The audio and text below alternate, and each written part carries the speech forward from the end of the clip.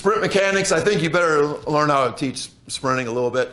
The easiest thing is just try to look like Carl. I call it big in front. Big in front. We want to get big in front. That means your foot is out in front of the body too. You can get really complicated with this stuff, but I'm not that guy. You want to be tall. Chris Corfus talks about leading with your chest. Carl actually spoke at a TFC back in 2018 or something. 2017 maybe? I don't know. I actually drove him to the, I was driving Carlos, and I made the wrong turn 5 times. Just because I was freaking out. I mean, like, Carl Lewis is sitting next to me. I'm not a good driver anyway, especially at TFCs. Funny story, at 2 TFCs, I left my car running. And went out, and it was out of gas. True stories. You know, so I think it really speaks to my powers of focus. You know, that when I'm focused, you know, nothing else matters. But that's, yeah, with every blessing comes a curse. So Carl, though, actually said elbow to the sky. But if your hand gets to here, your elbow is to the sky. And there's reasons for that. Oh, by the way, your arm does lengthen. Bad track coaches say run with your arms bent. That's the way distance guys run, right? Or they run like T-Rex. No arms. But you want to loosen up, and you want a full range of motion. And to get to here, your arm straightens. There's a really important stretch reflex that happens when your elbow goes through the sky. You know what that does? Snaps back. It's like free energy. If you're here, you don't ever get that. But if it goes extreme, it snaps a little bit. And the same thing happens down here. That when we are big in the front and have that big split, we have a stretch here, and there's a snap action. Free energy. So everything we do, we're trying to get that big split. He's just doing skips here. Hand past the hips.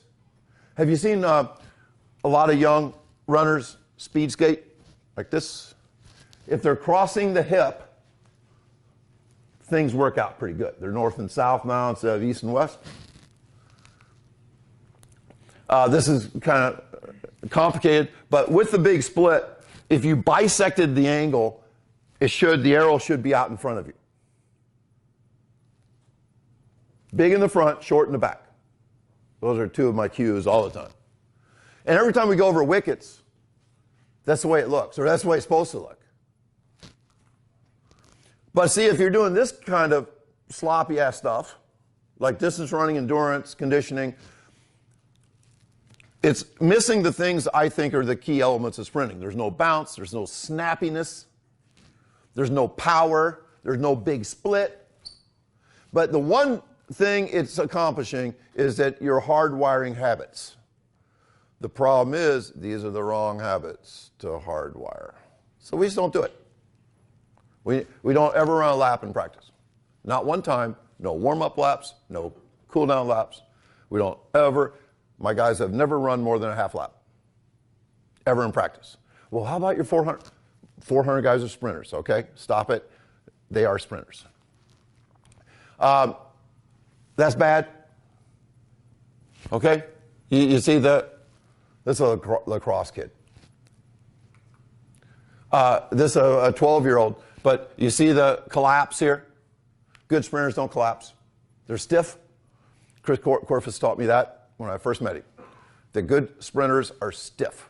They hit the ground, there's no collapse. No collapse there. This is called the 4 position. For insiders call it the 4 position. You see like the 4 thing going on here? That's a good position right there. Not many guys can get into that position. One of the key things we look for is that when we are posted up vertically, the knee is past the knee. See the knee's past the knee? That means that back leg is cycling through fast. Slow guys are posted up and they're still long in the back. Elite sprinters collapse by about 2 centimeters. That's it. I mean, you have to be strong as hell to be able to do this without doing this. No collapse.